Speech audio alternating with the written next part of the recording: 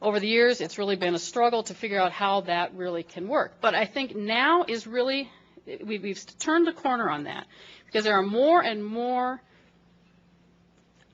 programs that are really figuring that piece out. There are several programs up there currently that are embracing and utilizing this type of technology in their ER, and there are more and more programs that are looking at how to get that up and running. Our organization is one of them. We are in the process of establishing an e-emergency service, which provides that ER trauma physician for that small rural facility, as that physician in that community is on their way there. So I think as it gives them that resource and that information and that knowledge base at the point where they need it in that in-between time. Also, I think telehealth, especially from the home health perspective, can look at reducing that 30-day hospitalization rate. It also can help us with growing other services. You know, what services are you looking at growing? You know, whether it's from the perspective of telehealth or otherwise. You know, how can you grow those services in the most cost-effective manner? Well, telehealth may be an opportunity for that. May be an opportunity to look at to bring up that services in a more cost-effective manner. The outreach you need, but can't support the on-site presence. We talked about that a little bit. You know, I think as physicians continue and other providers, you know, continue to grow their services, they're figuring out and trying to figure out how to do that in the most cost-effective manner. And I think telehealth really is a key component to that. And then addressing, you know, other community interests as well. The workforce is something I think that is a critical issue for us all. We have serious workforce issues. And as I said, the impact of the baby boomers is going to pressure those resources, that workforce, even more than it has up to this point. We don't have the people that we need to care for the people that are coming. And I think that's really critical. And telehealth, I think, can really help in that area.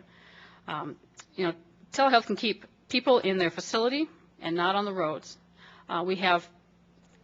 If you have nurses that are maybe only a couple in your facility that are specialized in certain areas, you can't afford to have them on the road, going to a meeting, going to a network organizational training session, because you've not only lost them for that hour of training, you've also lost them for that hour and a half, 2.5 hours there, 2.5 hours back, and you now have, you know, a staffing issue in your own facility, let alone having them go and be trained, which is obviously critical, but you've lost them for a great deal of time. And I think as we look at telehealth, which incorporates not only the clinical, it also incorporates the educational opportunities as well, I think you'll find that telehealth really can help in those areas. Excuse me. I think it's also an opportunity to really stretch what you have. You know, you may not have the opportunity to recruit additional and multiple people within the same focus area. And so how do you stretch that person? And maybe you can only afford one, and maybe that's even a stretch in a certain specialty. Maybe it's a wound care nurse, and you have one person who is extremely knowledgeable, but, you know, how do you get that person out and stretched out to multiple areas that can help support that resource? Telehealth can be an opportunity in that area.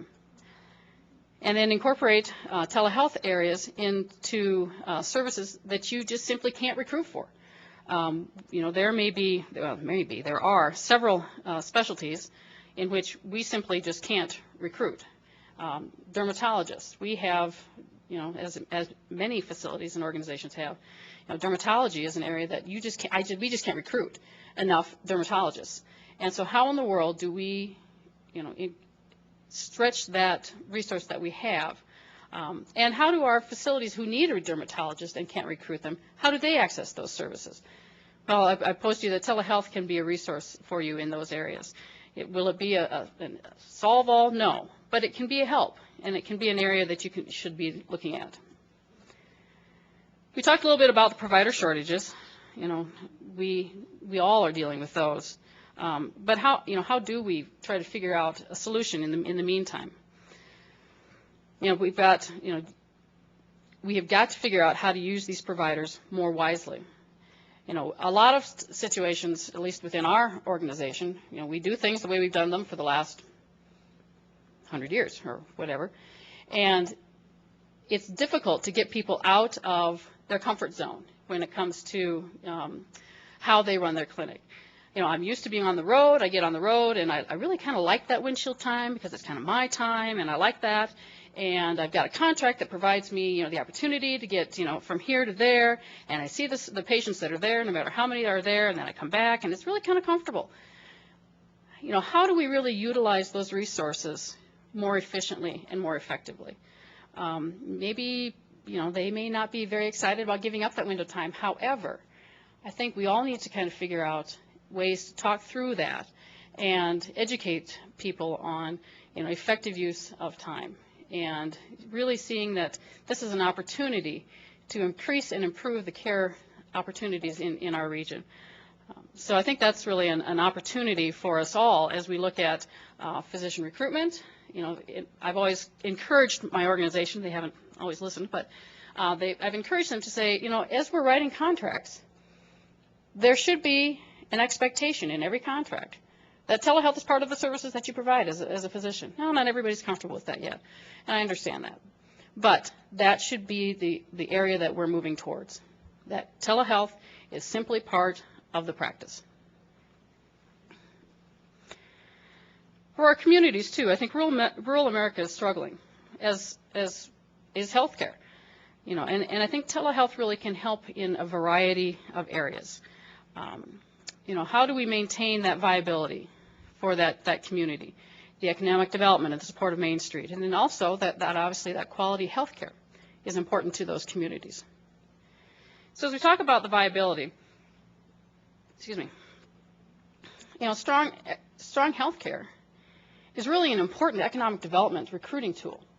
If you have a strong hospital, a strong health care facility in your community, and you have the opportunity for specialty care that comes in, whether it's by outreach in person or outreach via video or via telehealth, in whatever technology you may have, I think that's an extremely interesting piece for companies that are maybe looking at your community as a possible new home or a possible expansion site. And as you explain to your your economic development grouping, telehealth can help reduce the time that employees take away from work. If they have to go to see their specialist in person in the large urban center, how many hours, maybe days, do they have to take away from work in order to accomplish that? Do they also need to figure out, okay, I've got daycare, I've got child care, I've got to manage that, figure that piece out. Maybe I have elder care. There are other pieces that impact and the cost to these families. So the ability to reduce that time away from work, where maybe that hourly wage is not, up to very high, and every hour that person is away from work is critical to that family's bottom line. I think those are things that are really important to that from the community's perspective. And additionally, telehealth can help reduce the dollars that are taken out of the community, not just from the perspective of healthcare, although that's a critical component, as we talked about those ancillary dollars and the ancillary services that are generated as a result of telehealth services. But also, as I'm guilty of it as well. If I go to Denver, I may want to go shopping. Well, if I go to the large tertiary center for my healthcare, I may also say, well, okay, I'm here. Let's see, I'll grab groceries before I go home. I'll grab something at the mall. I'll grab, whatever it is that's, I'm going to take an opportunity to take, and then that in turn takes those dollars out of that local community.